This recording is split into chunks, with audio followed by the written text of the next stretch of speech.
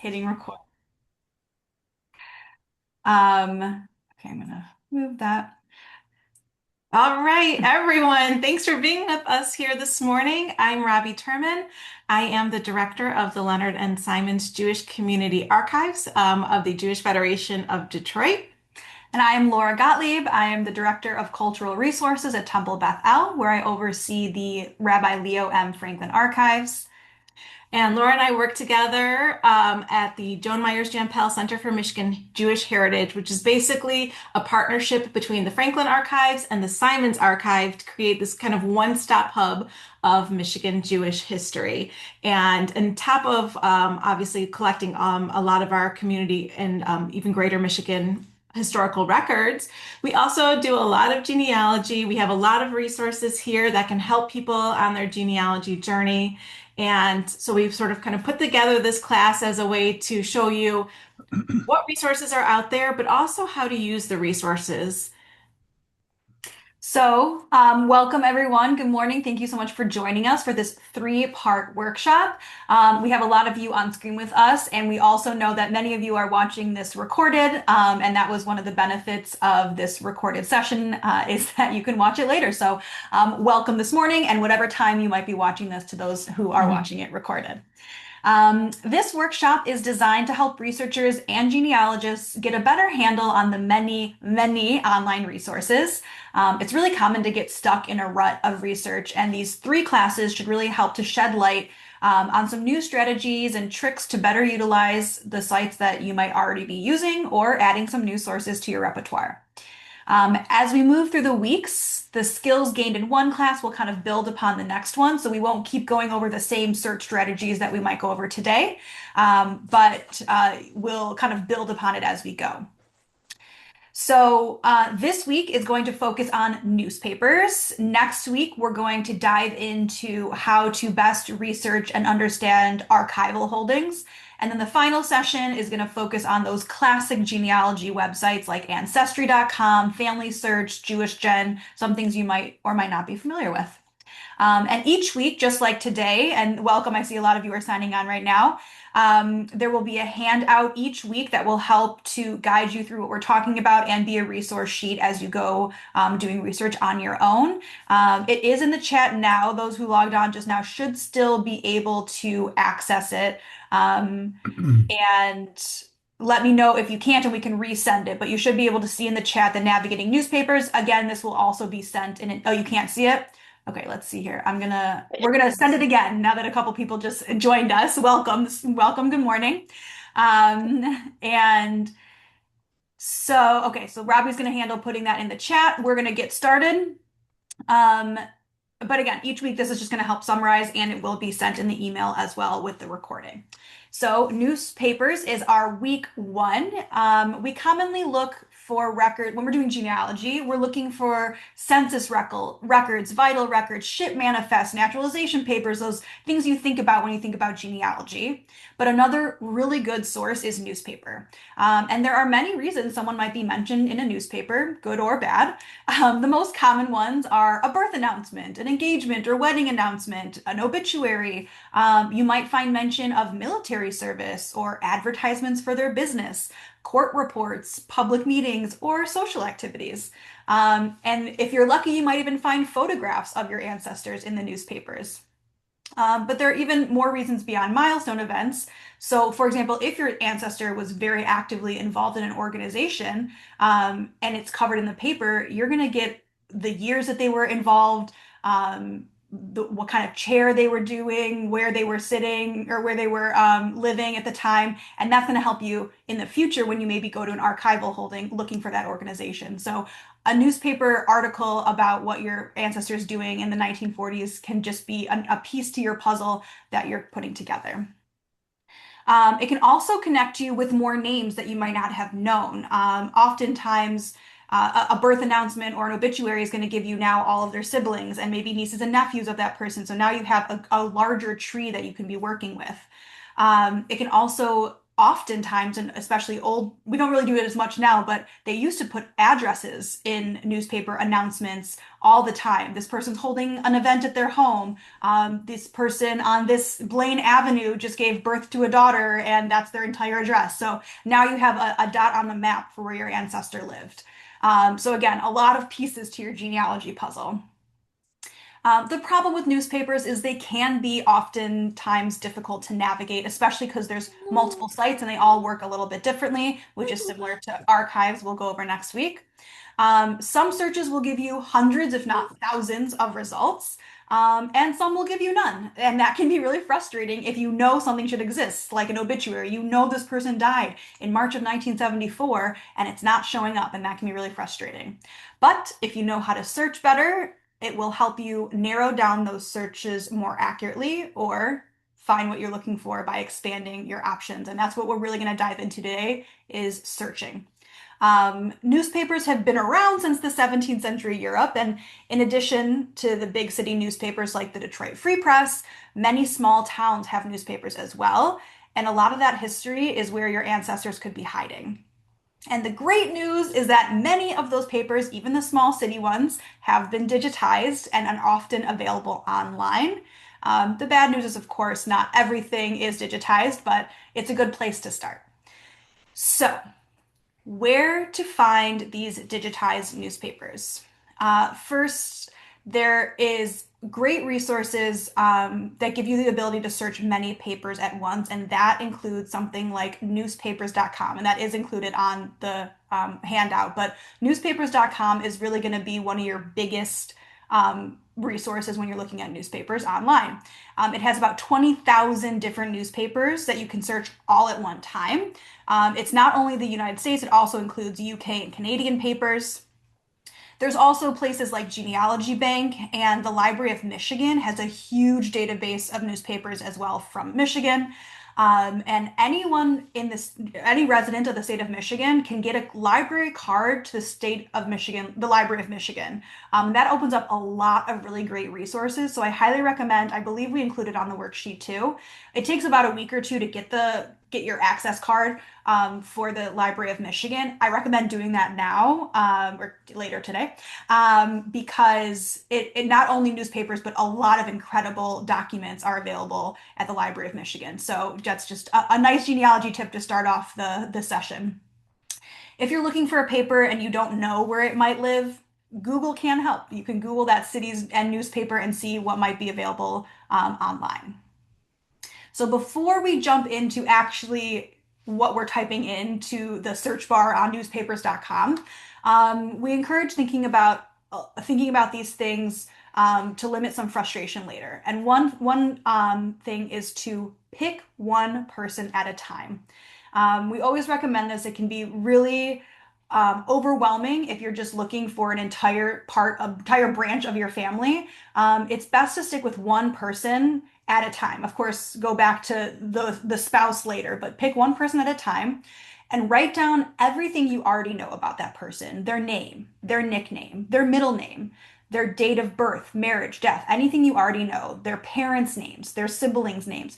All of these things are going to help you both find what you're looking for and verify that you're talking about the right person when you're searching them. If you look up someone that's called Robert Cohen and you know he only has a sister named Sadie and this lists 5 brothers, you're not looking at the right Robert Cohen. And think about why you're searching. We talk about this for any archival research, any genealogy. Have a question in mind. What are you looking for? Is it you're looking for their birth or death date? You're looking to understand how they were involved when they lived in Detroit in the 1940s. Find kind of a focus as you get started. And strategize. What geographical location are we talking about? If you're searching in newspapers, and that's 20,000 newspapers from all around the world, you might get too many results. So I often try to focus on one city or state, and newspapers can help you do that. And what year ranges. So again, these places are going to let you do year ranges. If you know they only lived in Detroit in these years, it's not really worth looking in a decade that they were nowhere near that city. And the last thing that is really big is to make sure to document or clip, download what article you find information on. So if you found this incredible obituary that lists all these people, make sure to write the name of the newspaper, the date of the newspaper, issue number, the page that it's on, anything you can do to make sure that you can find that exact article again, even if you don't search it perfectly next time, because that's the most frustrating thing. You find a great article, you don't remember how you got there, and it might not be clipped or downloaded, which again, we'll show you how to do, but it's always good to say, I found this in the Detroit Jewish News, 1942, November 12th issue. And that's going to help you find it next time. And let's get started. Okay, so now we're going to get into the nitty-gritty of the search on the newspapers. So we're going to look at two different sites today. One is the Jewish News Archive and one is newspapers.com.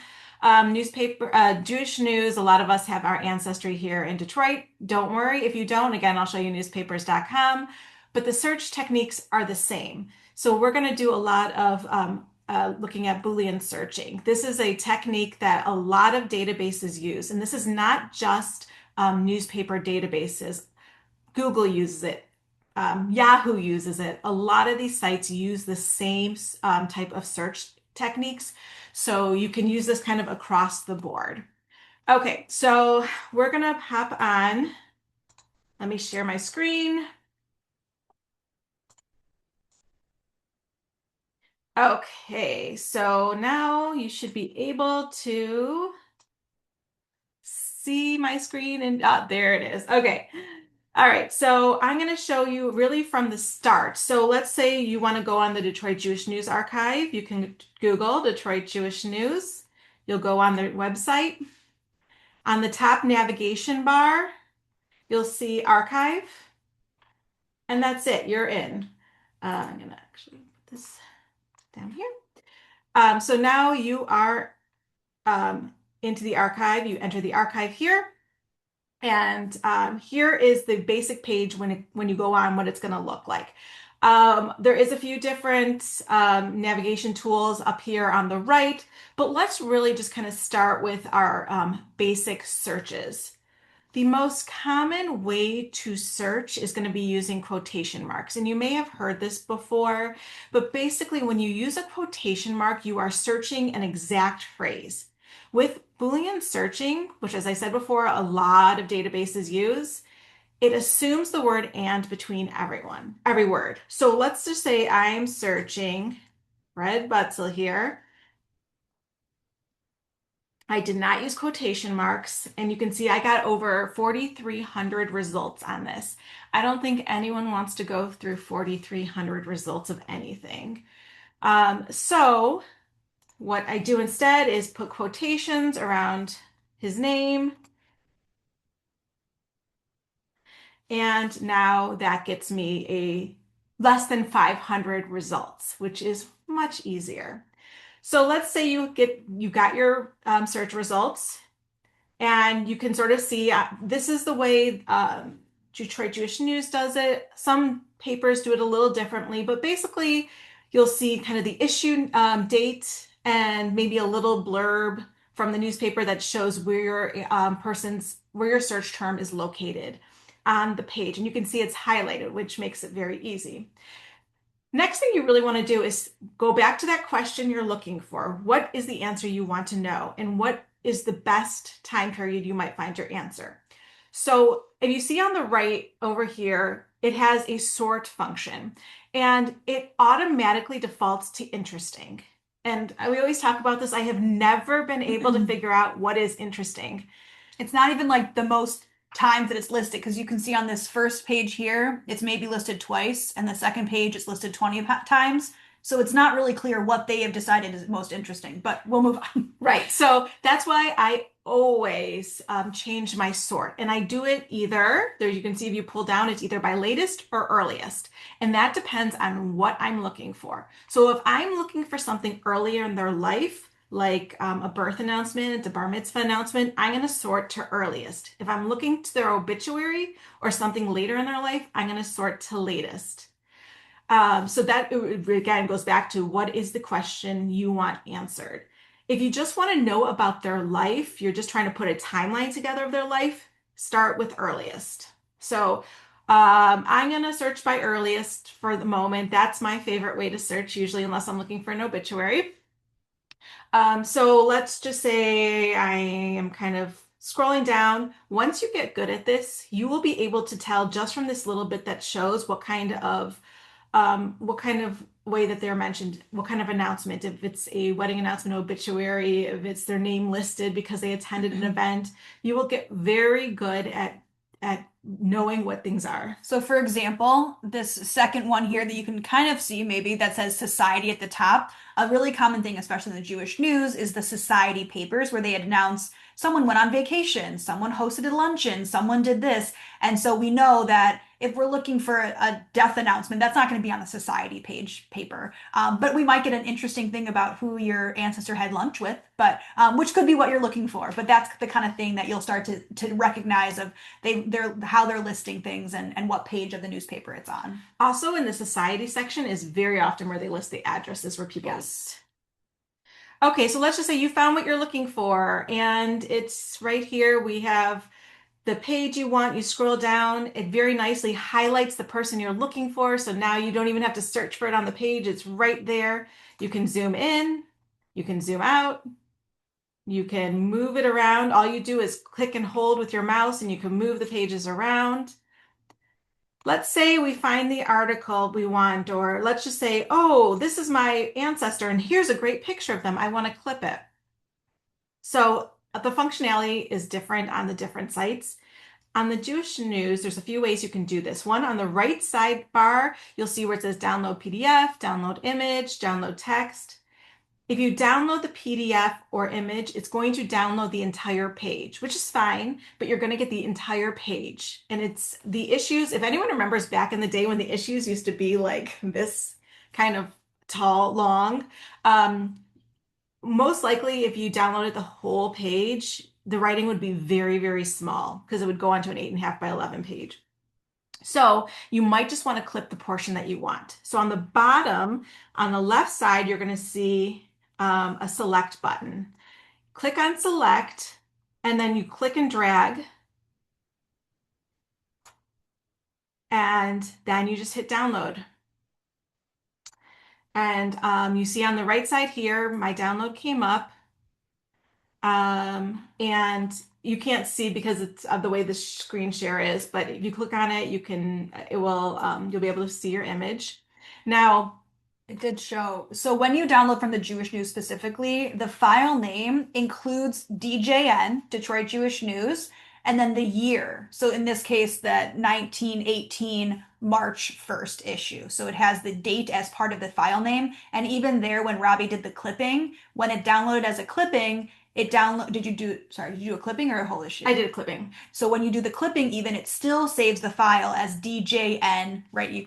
You can see Oh, you can see it. DJN 1918 March 1st. So right there, it's already gonna trace you back exactly where you want to go.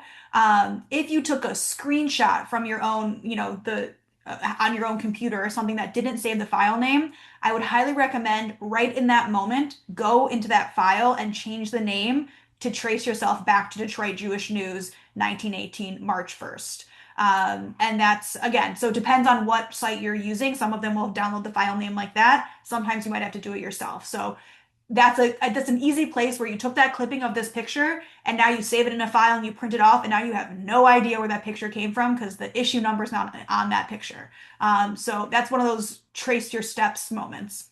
Also, the file name, actually, if you look on it, it has all that information and then a lot more information. So you might want to change the file name. You might put like Hugo Pan Pick or something, but keep the newspaper and the date on it. Don't delete that portion of it. Keep that in your file name.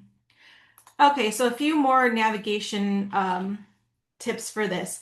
So let's just say we have still 484 results, right? That's a lot. And let's say I'm looking for the lifespan of Fred Butzel, and I know he died in 1948. And you can see this goes to 2020 on the left side. It's going to show you every decade where articles appear with that name. And I just want to keep in his life. I don't want to kind of go that far. So maybe I start looking by decade. You can actually go and click in the decade and just look. Now we have 84 results 'cause I'm just looking in 1930. And you keep scrolling down, you can keep filtering it. So you could do by month, and you can see how many articles appear on the left side. You go up. You can even filter within the Oh, yeah. years. You can filter down to 1931. You know he did something in 1931. You're only going to look in that year. Yes. And then you can keep filtering down. You can filter down to the month you want. You could filter down to the day you want. So this is really a more function when you are searching for something where you have a very good idea of the date or the time period that you're looking in. This is when it can be really helpful. Now, one of the problems too is that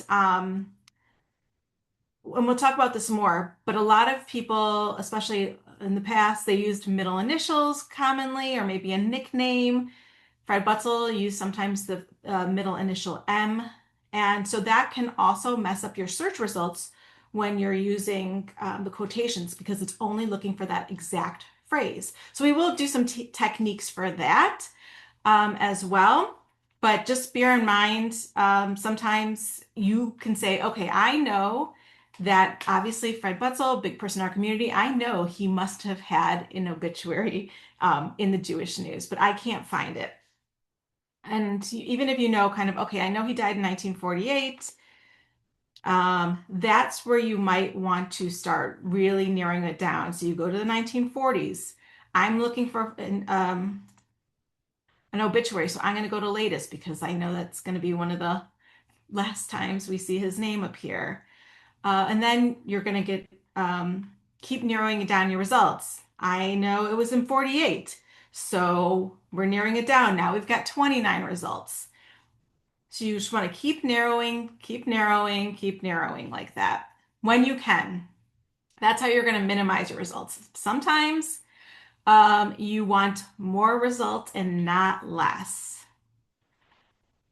And we'll talk about the why more results in a moment. But another search technique is using parentheses. This is combines modifiers, and it can be helpful if a person has a nickname or that middle initial or some other name that you might not be aware of. And this will allow you to do two different searches at the same time. It kind of is a kill two birds with one stone situation. So let's do a test on parentheses. I'll just use my own families for an example. I'm going to do,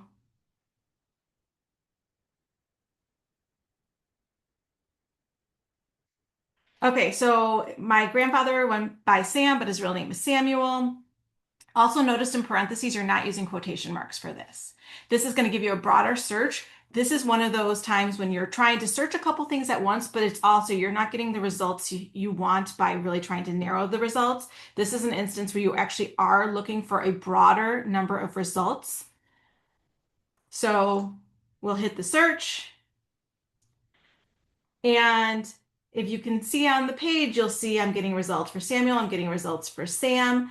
This is just going to make it so while I'm looking, I can see in one search where he appears. You could definitely do this in two searches. I could search Sam Turman, and then I could do a second search and search Samuel. But I'm not going to see them queued up together and get an idea of the dates as well. I always like to do a timeline when I'm doing genealogy. And sometimes when you're doing one search over two, you're going to get your timeline is a little bit easier when you're using one set of search results. So that's just one method. I would say of as far as doing the parentheses, it is a method I use less than most, but it can come in handy for those nicknames. After the quotation marks, go back here. After the quotation marks, my most common search, oops, sorry about that. My most common search is and. And you use and when you want to use multiple search terms. So as I said before, it is assumed already that and is between every word. But I personally, when I'm using the and search, I put it in myself because it just helps me really focus my search on what I'm looking for. And this is for things when I know something must exist. So let's say an obituary. I know that someone who died in this community very likely had, especially within the last 50 years, very likely had an obituary in the Jewish news. And I can't find it. And I'm not really sure maybe when they died, maybe I have an idea, but I'm not quite sure. And the and function can be really helpful for this. So we're going to go back to this thing where we think about what we're searching.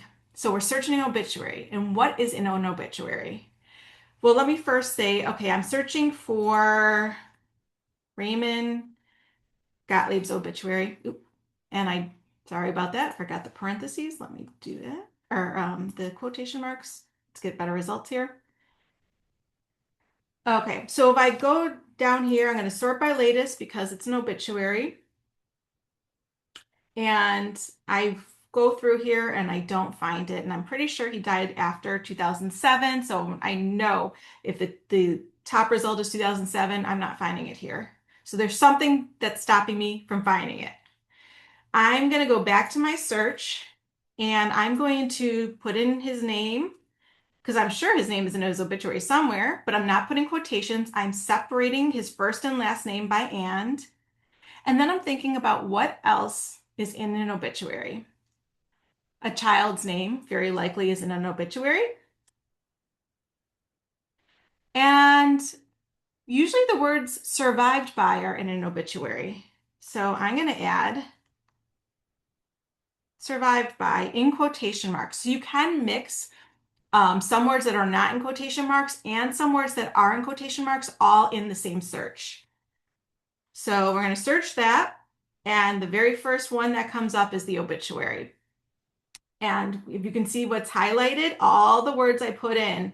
And the reason I couldn't find it off my initial search is that he had both a middle initial and a nickname in his obituary. And because I searched in quotations, it only searched Raymond Gottlieb.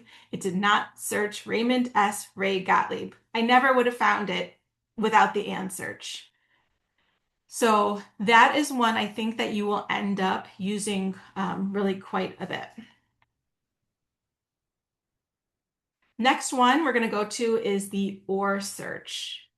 And this also broadens your search with multiple search terms. So it's similar to the parentheses, but without the parentheses. What the difference is, when you're using parentheses, the data in the parentheses is prioritized. So it's a different way that the functionality works. Is really kind of behind the scenes functionality. So this is the kind of search you would do if you didn't know what maybe name was used or phrase was used, or if there's a common misspelling of a name. If you're looking for maybe a phrase, so for an example, if you wanted to find articles about dogs, but you didn't know if they would use the word dog or canine, you could put dog or canine, and all the search results with the word dog or canine would come up. Or if you have an ancestor who has a common misspelling of their name, so we're going to use Laura's family as an example, and she has um, ancestor Rose Gottlieb, but it's commonly misspelled in newspapers as Leib instead of Ieb.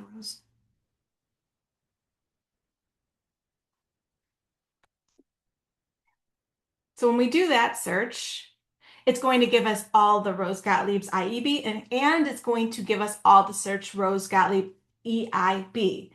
So you can kind of go through, you can see the first one uses the EIB. So you can see that, and then you go down a little bit more, you can see IEB. So that's how the search works. It can be a good functionality for issues with spelling.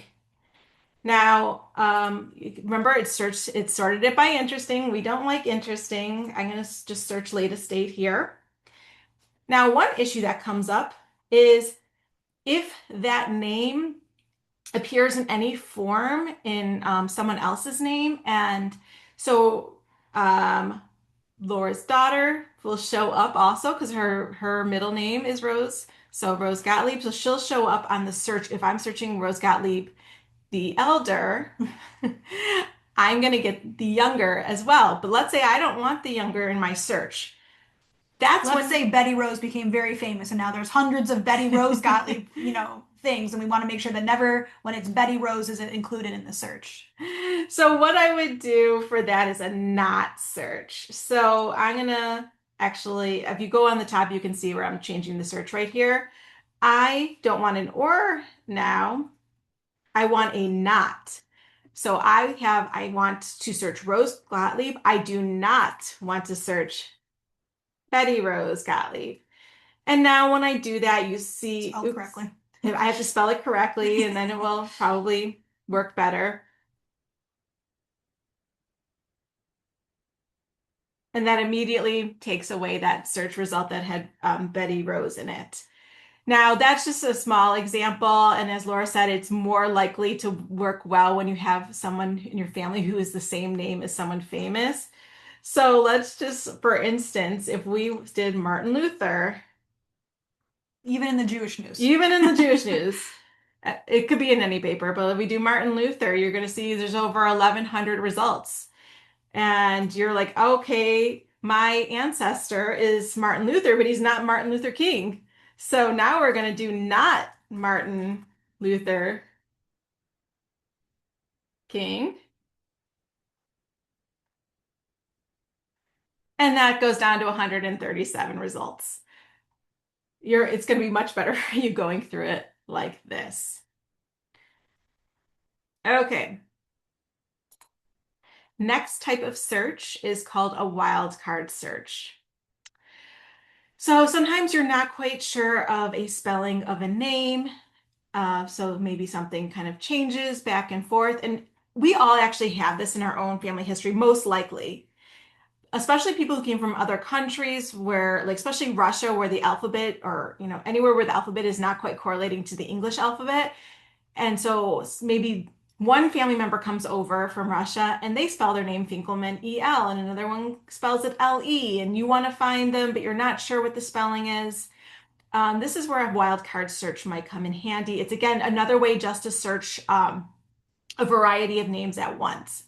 Now, wildcard searches I think are oftentimes more helpful when we get into sites like Ancestry.com and Family Search, and we'll look at that again when we're on those sites, but it can be useful for newspapers as well. So we have the name Finkelman. It commonly gets misspelled. So with a wildcard search, Actually, in this case, it's not that Finkelman gets misspelled, it's that some of the family does EL, some of them does LE in the Finkel. yes. So you're gonna, unlike the Gottlieb work, it's misspelled, it's just a couple times. In this case, we know that the family goes back and forth often, EL or LE. So in the place of the letters that you're not sure about, you use in either an asterisk or a question mark. Now, the annoying thing is different sites use different ones. So you might put in an asterisk and they don't use asterisk on that site, so you'll get an error message or vice versa. I know Jewish News uses question marks for their wildcards. So I'm going to put in wildcards for the EL or LE and finish the name and search it. You're going to get every result that's going to give you whatever missing letters might be between the Fink and the man is essentially the results that you're going to get. And you can see it's a lot of results, but sometimes the more results are better. Sometimes when you cannot find what you're looking for and you know it's out there, that's when you want to find more results. It really is very dependent on that, going back to that question you're trying to answer. But this can't be used in quotations. So Yeah. so we couldn't do, let's say we were looking for this Louis Finkelman. You couldn't do quote Louis Fink question mark man, because then we'll only come up with something that would say think question mark man. So that's part of the limitations. We could do it Yeah, without quotation marks, but the problem is anytime that, and it will come up with the exact phrase Louis Finkelman, but it will also come up with any time Finkelman and Lewis appear on the same page, even if they're not in the same article. But you can see that actually decreased the results. If you look here, I believe it was higher by like before. 200, yeah. Yeah, so it does decrease the results just a little bit.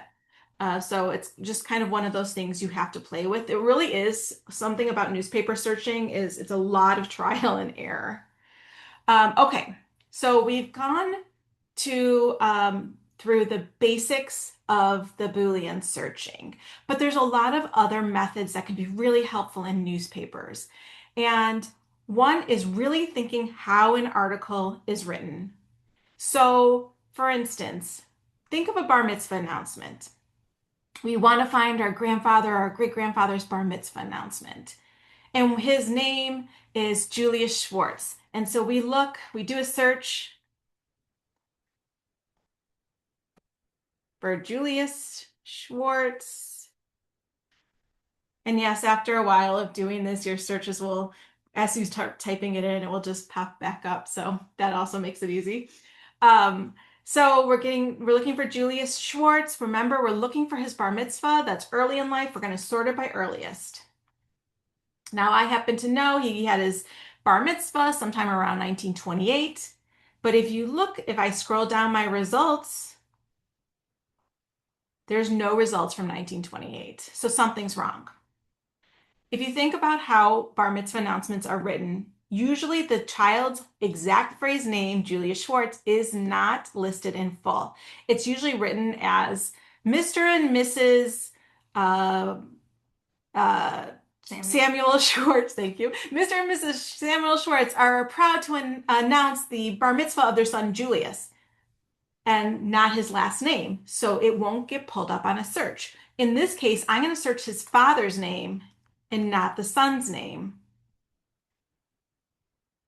If I do that for a search and I scroll down, I'm looking in these time periods for Samuel Schwartz. Scrolling.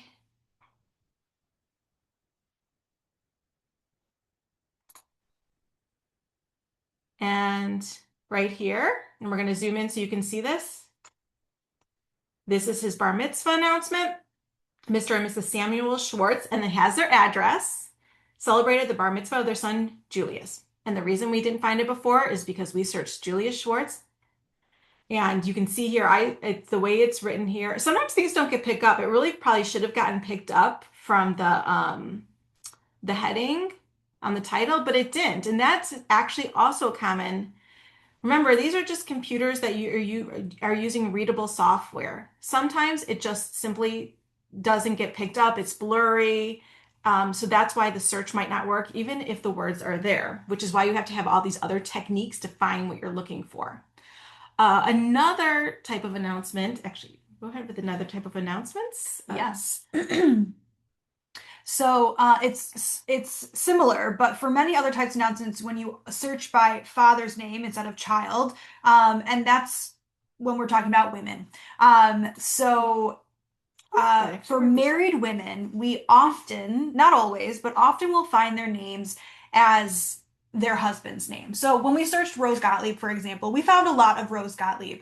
But when I went back another time and searched Hyman Gottlieb, there was a lot of Mrs. Hyman Gottlieb did this, Mrs. Hyman Gottlieb did that.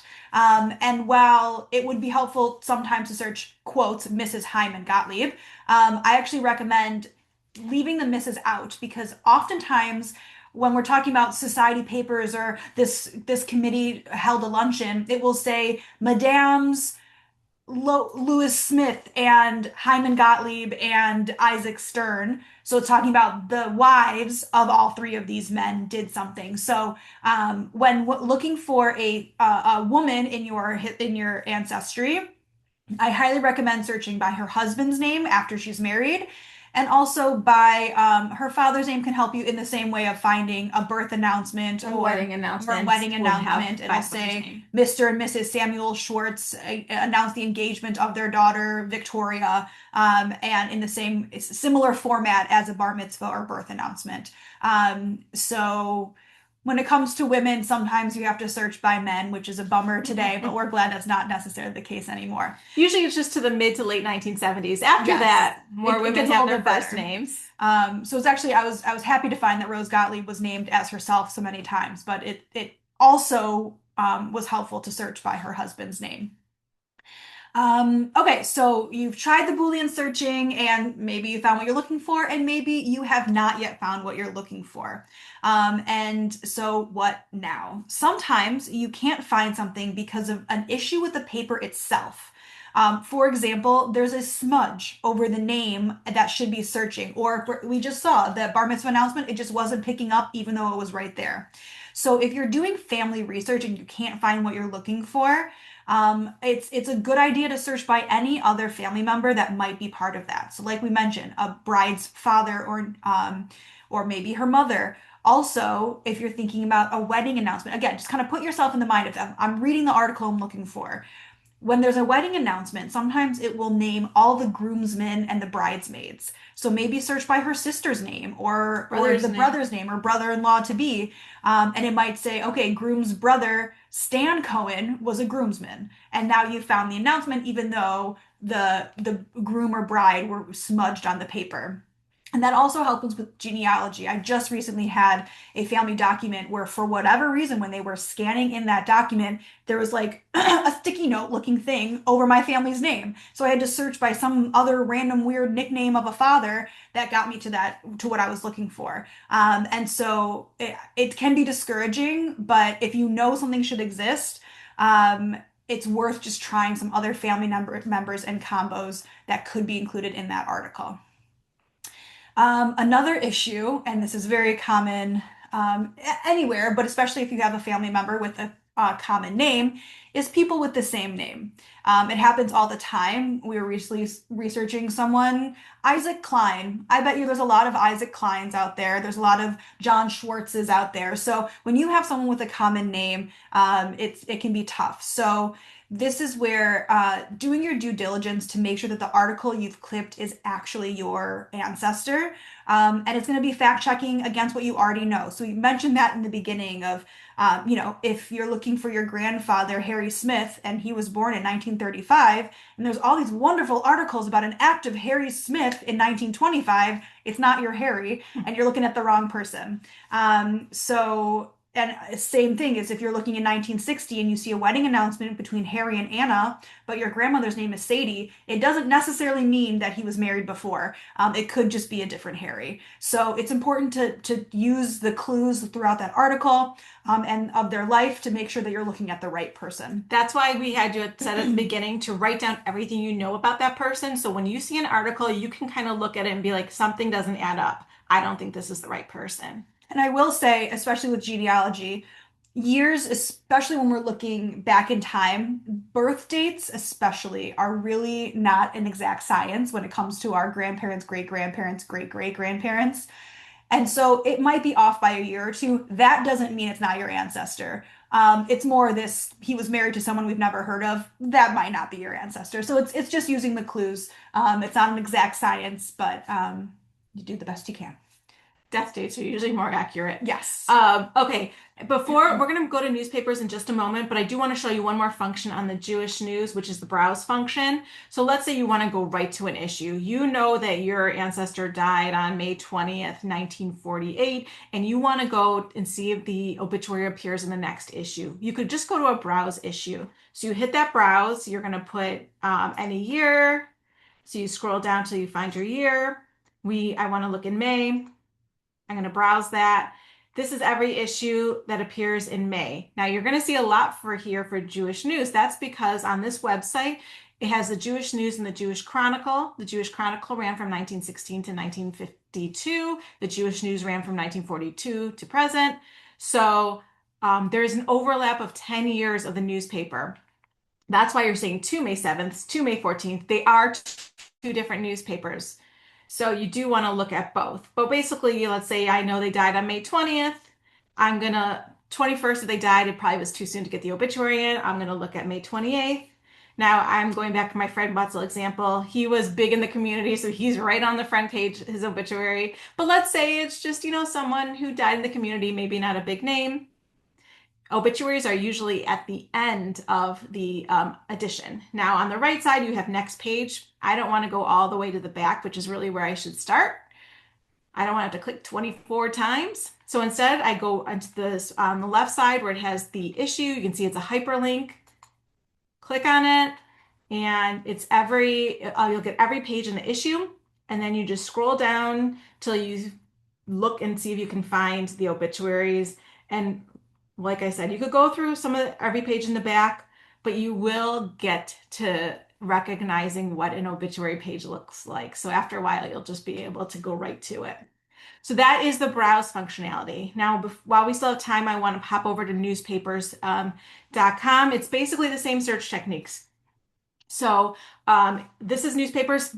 Newspapers.com is part of ancestry.com. Ancestry.com is a subscription site, which means newspaper.com is a subscription site. If you don't want to pay for your subscription, which I would totally understand, check with your local library. A lot of the libraries in our area have ancestry.com that you can use with your library card. Most of them you have to go into the physical library to use it, but a lot of them offer it for free in the library. So that's another good way to get onto Ancestry if you do not want to pay for a subscription. Okay, so it's sort of the same functionality. So let's just say this time we're looking, I want to know, my family had a business. I want to know about their business. I want to know maybe what else was in that space. So I'm going to look up an address this time. It does not always have to be a name. It could be a business. It could be a street. I know this business was in Detroit. I'm going to put the location. Now you could put a date range. So let's say I only want to know when my family owned it. So maybe I would say, okay, I know they owned 1930 it to 1950. yeah, 1930 to 1950. I can put it in a date range. If I just want to know about the building, I'll leave it blank. Same thing. We're going to pull up the same results. Um, Same sort issues. It's sorted by best match. What's the best match? I don't know. So I always either search by the newest or the oldest. I want to know the history of this building. I'm going to search by oldest. And same thing, you can click on it. It's going to show you in highlights very nicely. So um, you can zoom in, you can zoom out. You can, on the right side, left side, you see zoom in, zoom out. You can, same thing, move it around by clicking and holding. Um, this is my family, let's say. I want to clip this on the top. Now, this is funny. So this has some different functionalities on it on newspapers.com. If you clip it, it will save this to your account on newspapers, which is great. So you could clip it and you just move it around till you find the one you want. You uh, you move this to get in the right space and you put your information down and save. That clips it to your account. And it will include, you can see there, it says Detroit Free Press, Wednesday, November 22nd, 1922. That will save to the clipping as well. So when you go to your clippings on newspapers.com, it'll have the information of the issue that you're looking at. But maybe you don't want to save it on your account. Maybe you're at the library, you're borrowing someone else's account, you don't want to save it on their account. Then you go to the print download functionality. You could print the whole page or you could do the same thing and clip it. That's what I usually do, unless it's a whole page article, and you do the exact same thing. You find what you want to clip it, and then you can either print it, save it as a JPEG, save it as a PDF. A JPEG is an image document. A PDF is a readable document, readable, searchable document. Usually PDFs are common for document types, and if you're saving an image, like a photograph you found, you might do a JPEG. So that is really just kind of the functionality of the clip. Now, we said they have lots and lots of newspapers on newspapers.com, and they really do. So if you just want to see what they have, and if your family's not from Michigan, and you want to see, okay, you'll see here under papers, you can search all papers. You can do it by location. If you know the paper name, you can do a paper. But let's say I have family in Boston, and I want to see what's in Boston. And you can see they have 13 Boston newspapers here. Let's just say Boston Globe's a very common one. I'm going to search Boston Globe. It also nicely tells you what the time period is in. So if you're looking for someone in 1870, this paper didn't start till 1872. You're not going to find your family before 1872. But basically, you can then hit the browse button. And okay, if you want to look a specific year, again, obituaries, announcements, that sort of thing. You can then just keep clicking um, until you find the edition you want, and then you go right into it. And you can see on the bottom here, you just click through the edition and you can read the paper. So newspapers.com again, it's a very intuitive site. And you would use same search techniques we talked about on the Jewish news, the Boolean techniques, same techniques that you use here on newspapers.com.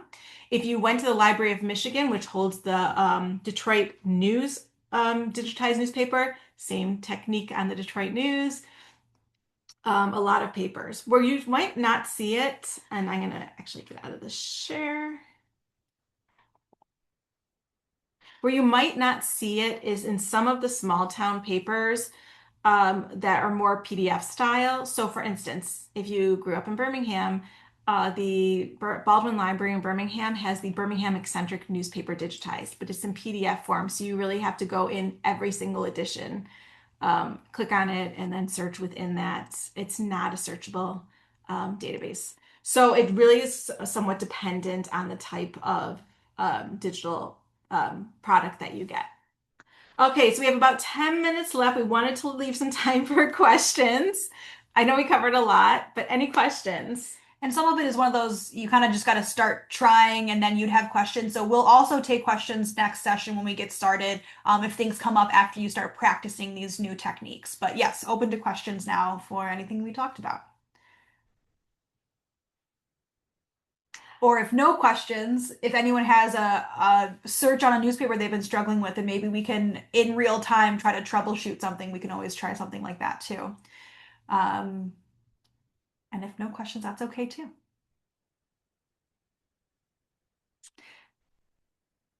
Okay, so no questions. That's good. Um, hopefully, Either it was really clear or you're really confused, but either way, you'll have all week to practice these, and we'll kind of do a refresher when we start again next week and go over anything that might have come up. Laura, will you guys be sending the video? Yes, yes, we'll Okay. send the recording and that worksheet out into the email Thanks. list. That so if you got the reminder email last night with the link, yeah, we'll then send it out hopefully by the end of the day. If not today, we'll send it out tomorrow. But you will get a recording and the worksheet. All right. Well, thank thanks. you all for joining us, and we will see you next week, same time, same place. Thank Thank you. you.